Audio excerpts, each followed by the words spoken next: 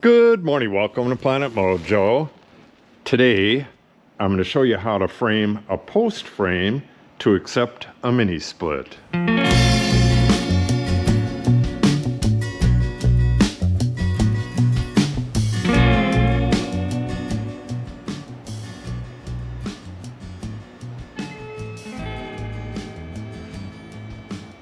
So in another video, actually on my other channel, I'll put a link to that, I did the actual layout for this, but basically what you want to do is have something to hold a tube that your refrigerant and your drain lines are going to go through, and it has to be at a pitch so that it's going to drain. On the outside here, you're going to have sharp steel. So what I'm doing is using a PVC tube, and it's cut to 6 degrees angle, and that's going to stick out on the outside about 1/4 of an inch. And I'm going to go around that with caulk. I'll go around that with some real good caulk. We don't want it leaking. And then we're going to caulk the inside as well, and then get that taped up. But normally there's not a lot to attach that to on the inside. So what we're going to do, and this was all figured out in the previous video, this is going to go on the wall, and with that tube through here at that slight angle, there's about 1/4 of an inch left over at the top and on both sides. I'm going to put glue on the bottom, put some epoxy down there, and then shim that in there nice and tight. And then once the epoxy's dry, I'm going to take my multi-tool and cut this flush.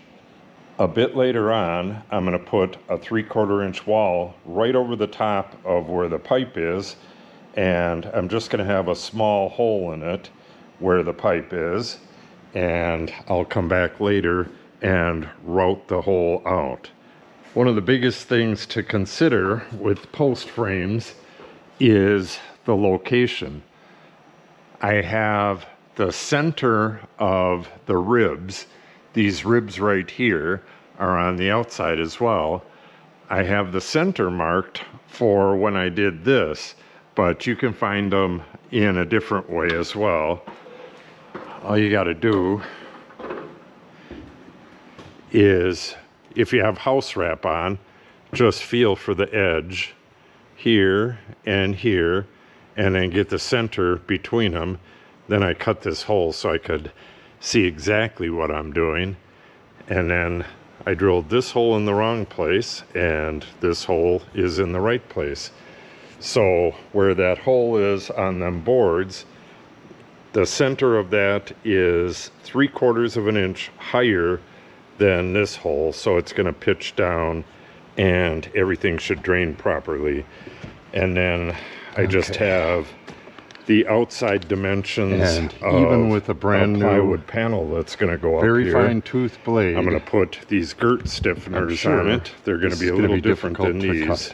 These are the centers right here. We'll find out. That'll hold, I can't remember, fairly large. Yeah, this has more 6 stuff in the way by whatever this distance is. This is the top of the normal wall, and then that panel's going to go up into there. Exactly the same as the other wall, except the plywood is going to go all the way up, and then at the edges it's going to be metal going that way, and from here it's going to be metal going that way. So fairly simple. I got to get outside right now and use my PVC cutoff there. I got a little cutoff so I can see what I'm doing. I'm going to hold that up against the wall, trace it out, and then make my cutout with a very fine tooth jigsaw. I'll show you that in just a minute, but for now, let's get this ladder out there, get it stabilized. We're kind of on a hill out there, and then we'll head out there and get this traced onto there.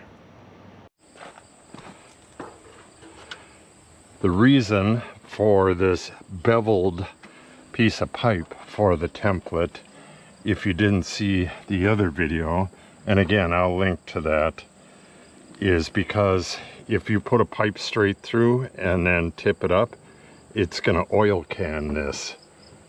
So we want to figure out about where center is.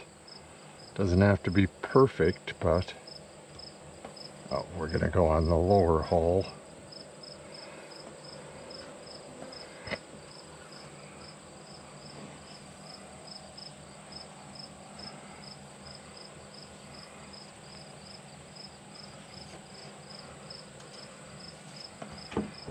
Okay, now we just got to drill a hole and cut this out. Hopefully the jigsaw works on this. Otherwise, I may have to go do this again on the inside. I don't know if I'm going to be hitting this or not with the base. Let's go get the jigsaw and find out. Alright. So, no, it's not going to work. Trying to remember what I did with this. I'm guessing I just did it from the inside. Alright, let's go cut that from the inside. This stuff isn't going to matter. We're going to have the pipe and then a glue / caulk, and then this gets a black cover that's going to cover it up, so won't see any lines or anything.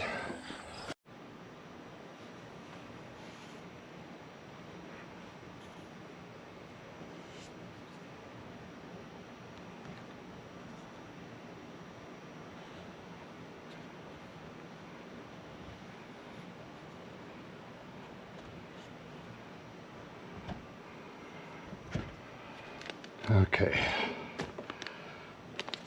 and even with a brand new, very fine tooth blade, I'm sure this is going to be difficult to cut, but we'll find out in a second. I can't remember.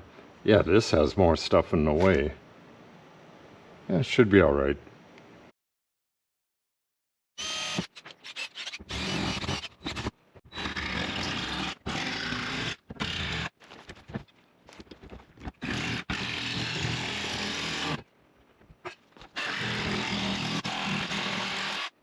Okay, I'll show you the stuff that we're going to be sealing that up with. It's called Storm Blaster by White Lightning. It's all-weather construction sealant, but it's a glue as well. Instantly bonds and seals even wet and oily surfaces. This is really good stuff, and it comes in a conveniently sized tube. Okay, our pipe, this is a 3.5 inch outside, and all I had was a 4-inch bit, so we got a big hole, but that does not matter. Like I said, this is going to be caulked and it's going to be glued to the bottom side, and then we're going to have shims around the sides to hold it in place. None of this stuff is going to show. It's going to be, like I said, trimmed flush, and then the wood wall is going to cover the entire thing, and there'll just be a little hole in it, and then I'll route to this, and it'll be really nice and neat in the end. Same thing with the outside. Okay, let's get these in place, and then I'll find my epoxy. I think I got the epoxy right here as well. Yeah, we'll use this incredibly strong clear weld to epoxy the tube into the inner ring, and we should be good to go. Let's get this in.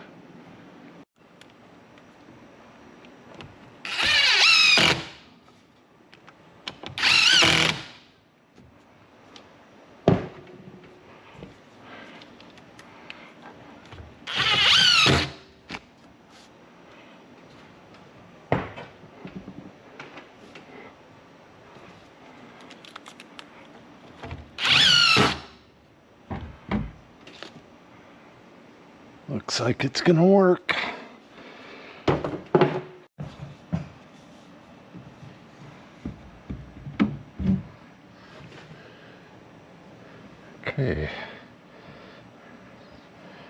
I can actually shim it up or down, and I think I'm gonna shim it up. Okay, what I'm gonna do now is shim this side into place just loosely, and then go on the outside and make sure that I have about 1/4 of an inch of it protruding, so that I have no chance that anything's gonna hit this tin and get cut or anything like that. But I also need a place for my sealant / glue to reside, and then like I said, I'm going to put it on this side as well. So let's get this shimmed up and then head outside.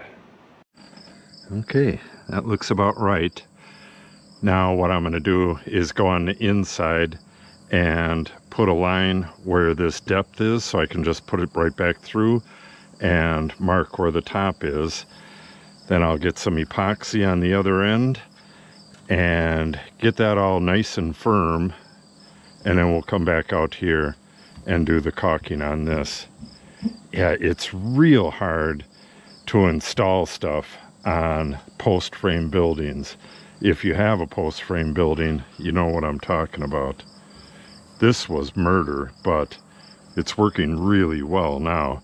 Just takes a good deal of planning ahead. You got to make sure that you go right into the middle of these openings. If you just drill a hole somewhere, you're probably going to end up coming right through one of the big ribs, and you're going to have a real mess on your hand. Okay, let's get that glued in place. Well, actually, yeah, that's sticking out too much. Problem is, the covers for these only have so much room in them. There's like a cap part that's deeper, and then they get a bit shallower as they go down. Yeah, that should do it right there. Kind of hard to tell if it's right, if it's angled right, but I believe it is. Okay. I could feel air going into the shop from out here. Cool. Okay. Now to mix up some glue. Yeah, depending on the size of the mini split that you're putting in, it may take a lot of work to get that framed out to support the weight. This is a big mini split. It's about 4 feet wide and over 1 foot tall, but these solid plywood walls that are going over all these girt spacers, that's going to be plenty strong enough to hold this up. Okay, I got this epoxied in place. There's epoxy on the top and bottom of the pipe. Well, basically what I did was get that mark on there, and then I took the pipe out, I put epoxy on the top of it, slid it in there, lifted it up, you know, smooched it into the epoxy, and then the shims have wood glue on them all the way up until they hit the pipe, and that last shim has wood glue on the bottom to connect with the other wood, and epoxy on the top of it to connect to the pipe. And like I said before, all of this stuff is going to get cut flush. Now we're going to go out and get our storm blaster on the outside. Then we'll come back and put this on the inside, and while we're waiting for all that stuff to dry, we'll put these in. It is really hot out today, but it's not too bad back here in the shade. Okay, that came out perfect. All right, let's get some of this on there.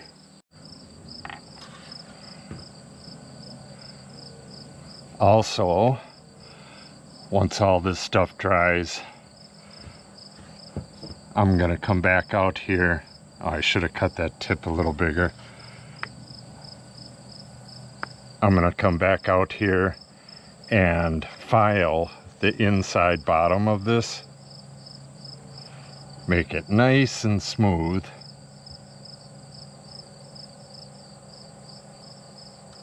Yeah, I have like a 1/8 of an inch cut on here. I don't want to put too much of this on, but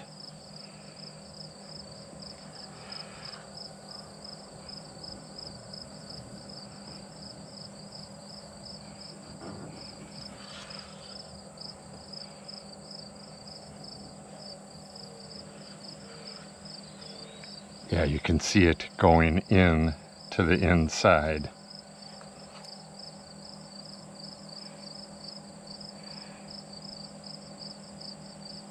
I'm gonna have to let this dry and then come put another coat on it.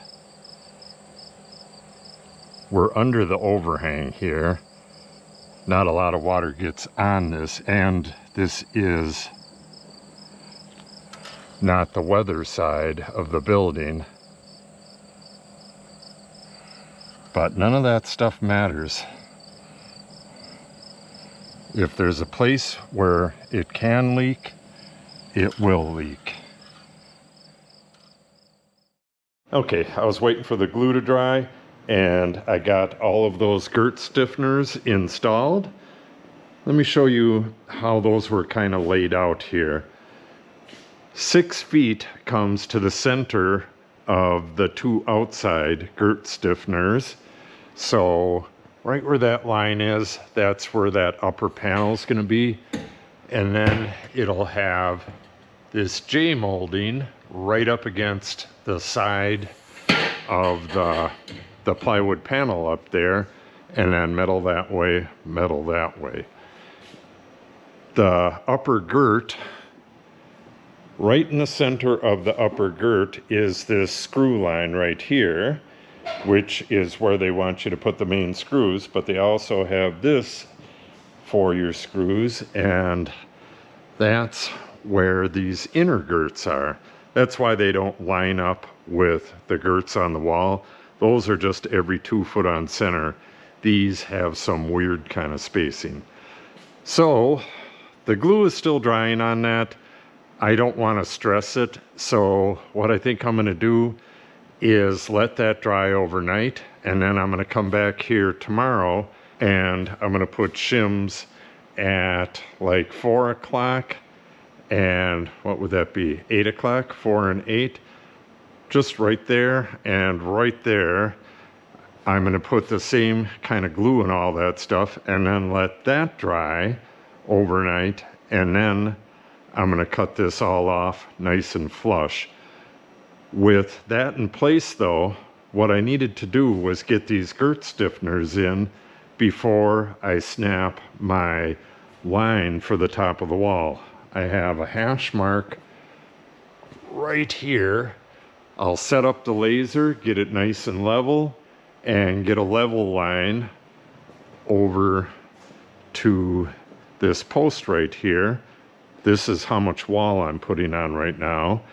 So I'll get that laser line, and then I'll make a tick mark over here, and I'll snap a chalk line, and then I can start putting up the lower part of the wall. And when I got that in, this should be plenty dry, and I'll just put that 6 foot chunk, however high that needs to be, just like this wall, except it's going to have metal on both sides. But this is 8 foot panels, and then roughly 4 feet up to the ceiling. Yeah, it's going to look just like that right in the center, but metal on both sides, which is going to look pretty cool as well. So I will get back with you when I go to trim that flush, and when I tape that inside and stuff like that, and then we'll wrap the video up then. Okay, it's 2 days later. I got a file and a rasp here. Gonna go out and round those corners on the outside. Yesterday, it was nice and dry. I put in 2 or 3 more sets of shims, I believe 3, and that should be dry now. So we're going to go outside, file that down, and then come back in here and trim that flush. Hopefully the rasp isn't too coarse for this. If it is, it's going to take a while. Yeah, that's still kind of like tacky, but it's dry.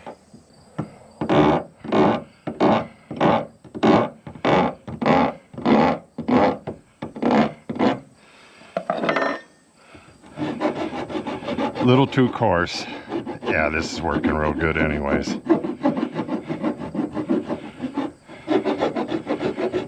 We just want to break these sharp edges so they don't damage the insulation on the refrigerant lines and the refrigerant lines themselves. But more important, we don't want it to cut the drain line or the power cord runs through here as well. Yeah, this works really well on this. I believe this is a fine file as well.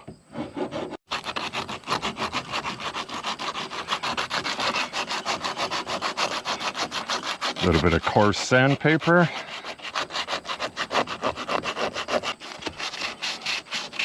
A little bit of finer sandpaper.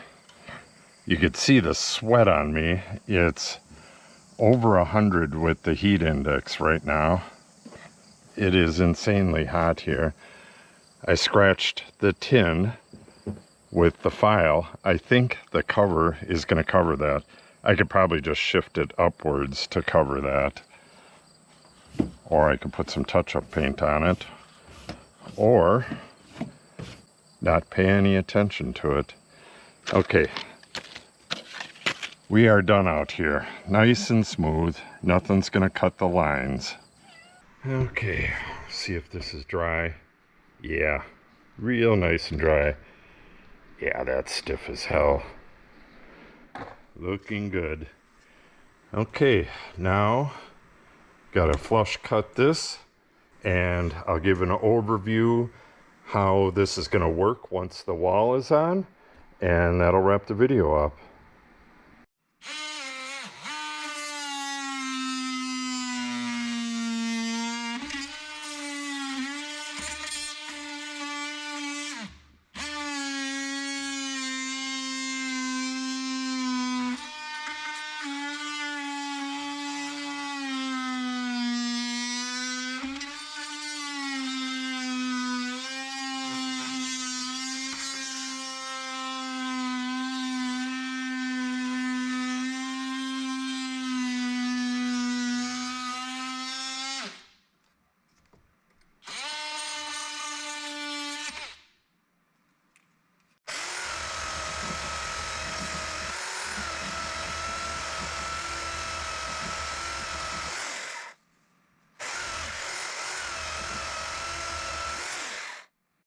Okay, there you have it. I got a bunch of block-it tape, taping the house wrap nice and tight. No leaks or anything. I really got to fill that up. I can feel that hot air coming through there. Okay, I probably didn't explain this part yet. So when I put the wall on here, the wall is just going to have like a ledge, this lower part of the wall. The ledge will be right in here somewhere. And then when I put the upper part on, I put a shim on that, and an 1/8" shim in a couple places, and then set the wall on it. So I got to get a real good dimension from that shim to the center of here, and from the center over to where the edge of the panel is going to be. And then I'll drill a hole dead center in the panel where the center of this is. Then once I have the panel in place, I can drill a hole right where the center of the actual hole on the template is going to be, and put that on here and pivot it up until it's level, and then throw a couple staples in it. Then I can take a punch and punch where all those screw holes go on the top, and then take the template off, and then I can put the mounting plate right where it needs to go. The holes are going to go right in the center of this, but through a wall, and the hole will line up. The mounting plate will stop over here somewhere. You could see the edge of it on the template there, so it's kind of hard to locate the hole without doing it like this. Okay, so the last thing to do on this is take that piece of insulation, measure from the insulation here over to the center of the pipe, and then get that same dimension on the top, and then measure down to the pipe from the insulation down to the pipe, and then make a split in it, cut a hole in it, and then shove that in here, get it all nice and taped up. And we're going to do the same on this, but that's not going to be in this video.